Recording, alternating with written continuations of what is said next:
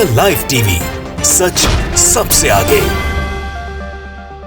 नमस्कार, मैं हूं Iqbal Parvez. The live TV में आपका स्वागत है। साथियों, जैसे जैसे कोरोना से देश की दशा बिगड़ रही है, देश के लोग परेशान हो रहे हैं, वैसे वैसे पीएम नरेंद्र मोदी से इस्तीफे की मांग हो रही है। जी हां, अलग अलग प्लेटफॉर्म पर, अलग अलग माध्यम पर लोग पीएम मोदी से रिजाइन मांग रहे हैं, रेजिग्नेशन मांग रहे हैं। अलग अलग जगहों पर ट्रेंड चलाया जा रहा है।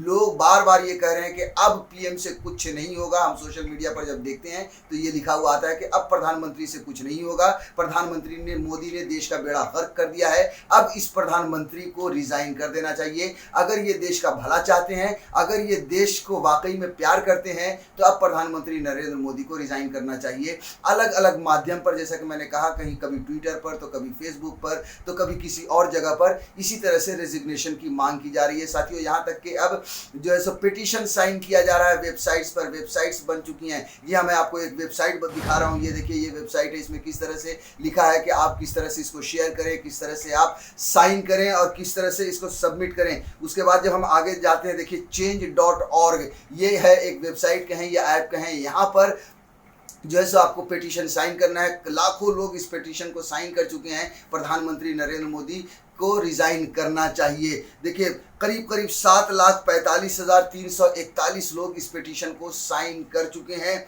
और हर 2-4 मिनट पर, अगर मैं देखूं, अभी जो लिखा है राम टी साइन 2 मिनट्स एगो, तौफीक अहमद साइन 2 मिनट्स एगो, तो हर 2-4 मिनट पर लोग साइन कर रहे हैं, हर सेकंड पर लोग साइन कर रहे हैं और प्रधानमंत्री नरेंद्र मोदी से इस्तीफा मांग रहे हैं। साथियों, आखिर प्रधानमंत्री नरेंद्र मोदी से लोग इस्तीफा क्यों मांग रहे हैं, ये आप भी जानते हैं, ये हम भी जानते हैं। इस देश का 7 सालों से, जब से प्रधानमंत्री बने हैं नरेंद्र मोदी, तब से धीरे धीरे करके किस तरह से देश का बेड़ा गर्क हुआ है। चारों तरफ से हर नीति में फेल हुए हैं और चारों तरफ से देश नाकाम रहा है। अभी जो, अगर हम इस वेबसाइट की बात करें, जो पिटीशन साइन करा रहा है, तो उसने जो अगर अपनी पूरी जो डिटेल लिखी है, उसमें कोरोना का पूरी तरह से जिक्र किया है। और वो ये बता रहे हैं लोगों को कि भैया देखो, कोरोना में किस तरह से देश का हाल किया है प्रधानमंत्री नरेंद्र मोदी ने। हमने भी बार बार द लाइव टीवी पर भी, और अभी आपने दूसरे माध्यमों से, दूसरे प्लेटफॉर्म पर या न्यूज़ चैनलों पर देखा होगा कि किस तरह से देश का बेड़ा गर्क हुआ है। लोगों के पास ऑक्सीजन की कमी से लोग मर रहे हैं, लोगों के पास दवाइयाँ नहीं है, हॉस्पिटल नहीं है,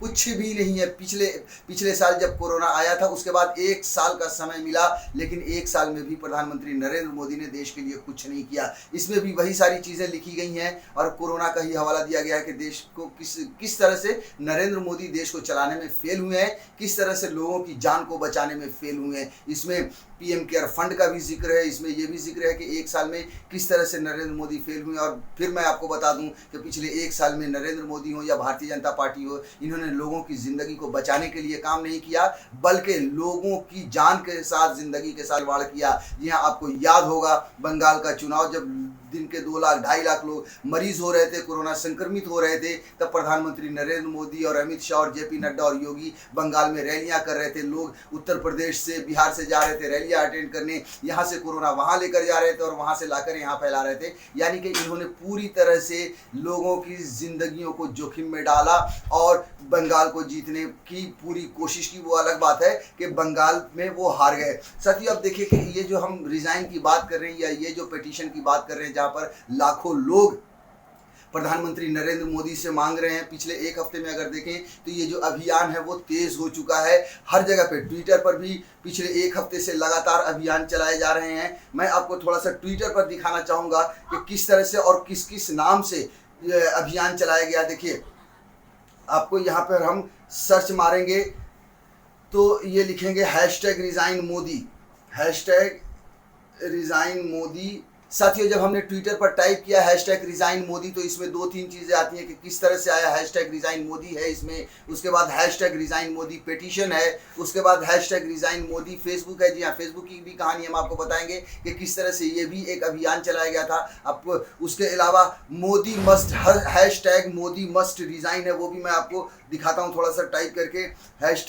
#Modi must resign, Modi must resign, ये देखिए हैशटैग मोदी मस्ट रिजाइन है, इसके नाम से भी ये चलाया गया है, एक तरह से ट्रेंड चलाया गया है। ट्विटर पर पिछले एक हफ्ते से बहुत ज़्यादा अभियान ये तेज़ हुआ है और लोग, हज़ारों लोग, लाखों लोग प्रधानमंत्री नरेंद्र मोदी से इस्तीफे की मांग कर रहे हैं। साथियों ये देखिए अभी पहले जो हैशटैग रिजाइन मोदी फेसबुक, ये अभियान इसलिए चला था, ये ट्रेंड इसलिए चला था क्योंकि फेसबुक पर भी लोगों ने चलाया था रिजाइन के लिए हैशटैग रिजाइन मोदी के नाम से, और फेसबुक को ये बर्दाश्त नहीं हुआ कि जनता किस तरह से मांग सकती है प्रधानमंत्री नरेंद्र मोदी से, क्योंकि फेसबुक हमेशा से विवादों में घिरी रही है कि वो भारतीय जनता पार्टी के लिए काम करती है, नरेंद्र मोदी के लिए काम करता है। लिहाजा फेसबुक ने उस रिजाइन मोदी हैशटैग को उड़ा दिया, ब्लॉक कर दिया। उसके बाद काफ़ी बवाल मचा, तब जाके दोबारा से उसको रीस्टोर किया, रीस्टार्ट किया हैशटैग को फेसबुक ने। उस पर भी देश में बहुत बवाल मचा था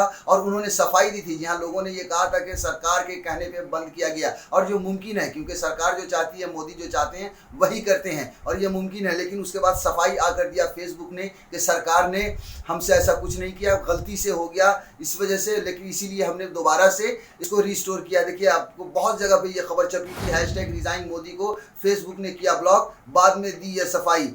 देश में कोरोना संक्रमण की स्थिति गंभीर रूप ले चुकी है और हर रोज सामने आने वाले मामलों की संख्या अब 3.50 लाख के पार चली गई है। ये उस दिन की खबर बता रहा हूँ जिस दिन ये छपी थी, 30 अप्रैल की खबर, अब थोड़ी सी नीचे आई है।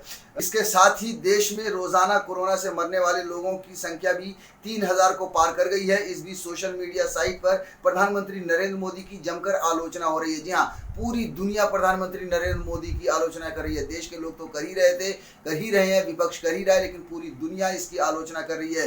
देश में कभी दवा की किल्लत को तो कभी ऑक्सीजन नहीं मिल पाने जैसी समस्या की वजह से कोरोना वायरस की स्थिति को सही तरीके से हैंडल नहीं कर पाने पर नरेंद्र मोदी सरकार की जमकर आलोचना हो रही है।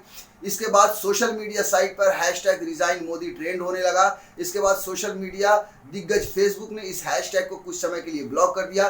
फेसबुक के इस कदम से जब विवाद खड़ा हुआ तो कुछ ही घंटों में इसे रीस्टोर भी कर दिया गया। बाद में फेसबुक ने इस मामले पर सफाई दी और कहा कि यह हैशटैग रिजाइन मोदी गलती से ब्लॉक हो गया था। उसने कहा कि भारत सरकार का उस पर ऐसा करने के लिए कोई दबाव नहीं था।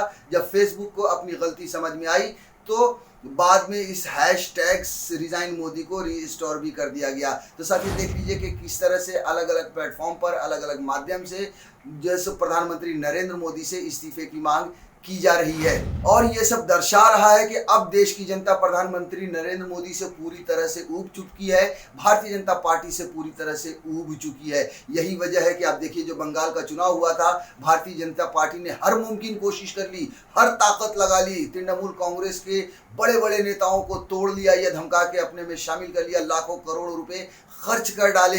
यह पूरे नेता, पूरी समझ लीजिए कि मोदी की जो सेना है वो उन सब ने जाकर बंगाल में प्रचार किया, मगर बुरी तरह से भारतीय जनता पार्टी की हार हुई और ममता बनर्जी तीसरी बार मुख्यमंत्री बनी, जो ये दर्शा रहा है कि अब जनता पूरी तरह से ऊब चुकी है। बंगाल में दर्शा दिया। उसके अलावा आप देखिए कि सोशल मीडिया पर बार बार उनसे रेजिग्नेशन मांगा जा रहा है, इस्तीफा मांगा जा रहा है और अब पिटीशन भी साइन किए जा रहे हैं। द लाइव टीवी, सच सबसे आगे।